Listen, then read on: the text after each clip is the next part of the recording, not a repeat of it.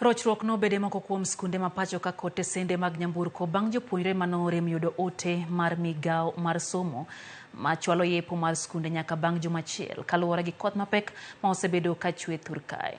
Moko kuom jonyuol mane ni kod ich wang' oseo piny owacho kuom golo lendo ma kamano modeko e kinde ma moko kuom jopuonjre ne osechako wuodhe magi ka gidok e skunde. Kaweg skunde moko bende ywago lal kotenre gi ikruok mane giseketo ne yepo mar skundego. Mano golo tieno manyoro mana seche machuok to yawo skunde mapacho ka. Kaluwore gi kalenda mar somo, lendo mano kelo midhiero ne jopuonjre, jonyuol kod moko kuom skunde mapacho ka mane ote okochopo negi e sama kare. Jatend migao mar somo Ezekiel Mashogu nochiwo ote mayango ni skunde biro yawo bang' juma achiel ne tam mar ariyo ma en tarik 6 dwe mar abich kaluwore gi koth mapek ma osebedo ka kelo midhiero e pacho ka. Report ma kamano no kelo kikruok e tesende mag nyamburko bang' jopuonjre mano osechopo wuoth nochuno mondo mi gidog pacho kaweg matatu moko machuny gi ng'won ne dwoko ne jopuonjre ga omenda mag wuoth. Kamoko kuom kembe mag nyamburko kod geche reru omiyo jopuonjre thuolo mar tiyo gi otiko mag kinde mabiro. Nyithindo mano oa pinje mabocho bocho ma samoro gin nyithindo thindo mosechopo machiegni gi skundegi to waneno ka arita margi ok wang'e ni lwet ng'a nikech nyathi majal kamae janyuol no ok nyal samoro aka ma janyuol ok nyal chako oro pesa monyalo dhi manyo kama odwa ninde. Chuno wa wan weg matatu kata weg geche mondo mi kaka biro kole no nyaka in mi jage go simu ne janyuol ne omi namba igo simu ne janyuol nikech nyithindo go puoth gi simu.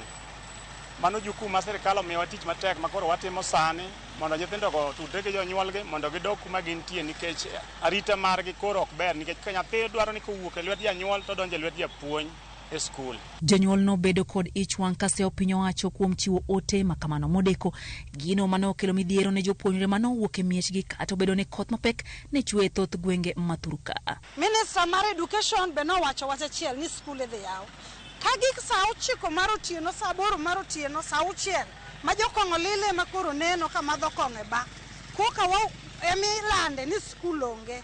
Wakwayo sirkal ka nitie kama unyalo bede piny chon mukon jonyuol muwach achiel mok ng'ane owacho ma 7 mar otieno ng'ama chielo wacho ma sirkal utimonwa marach. Ka skul nowacho ni yawo to ilando saa 6 otieno ni skul ok yaw. Ka wasekawo nyithindo mwatero skul koro wakwamo kaka watimo onge, nyithindo bende okwamo kaka duog koro tek. Tend riwruoge jopuonj Kupet kod Nat bende oseyo jatend migao mar somo Ezekiel Mashogu kuom golo modeko milome mar choro nyime yepo mag skunde. Gikoni deko golo lendo no omiyo jonyuol lal ka koro gidwa ni piny owacho oduok ne jonyuol omenda mane gisetiyo godo e keto kenge mag neno ne nyithindgi ochopo e skunde. You know, we have students traveling from all corners of the Republic of Kenya. Some are coming from Kisumu, all the way from Kisumu to go to Mombasa, and you are just coming very early in the morning to say you have really postponed the opening of schools. That is very wrong. If it is possible, the government of Kenya could even reimburse those students who have already traveled on the way their money. Yes. E kar chung'od bura ma Limuru, nochuno skunde moko pogo chiemo mane gisetedo ne oganda ma ochano kod mago mane piyo riembe miechgi bang' ka nosegol lendo machwalo yepo mag skunde e Thurka. As of yesterday, we had started preparing meals for the kids. We had planned to cook for 10,650 kids.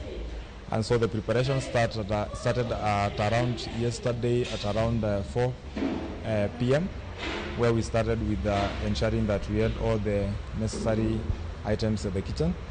We delivered the food to vulnerable families that are located within the slums of Geshagi and Misri. Tumefurahia juu hawakutupa chakula na vile nchi yetu iko na ukame mwingi juu hata kuna watu wengine wanalala njaa. Kata obedo ni sirkal osechiwo milome mar choro nyime tarigi yepo, jachiwo wache lo piny owacho Isaac Moura ojiwo jotend skunde mondo mi okaw ting' mar rito nyithindo madibed ni ne osechopo e skunde kendo madok margi pacho ok nyal bedo paro makare. We are calling upon the head teachers to be cautious about it, such that if they've already arrived at the destination and going back will make them to be to face the risk of flooding. Again, the principal should make the best decision for the best interest of that student or that child. Because there is no need of risking just because there is a directive of the government. But those who have not traveled, then don't. Because we are trying to minimize this movement. Poda ko yangore ka skunde mapachoka ibiro yao bang jumachiel kotenda gi chendo manyien mochiw gi migawo mar somo e kinde maduol makoro chal makolwase. Bende koro wacho ni kwath mapek pod biro mana medo chue e pachoka e kinde mabiro. Lydia, okay, Ramogi TV, Nairobi.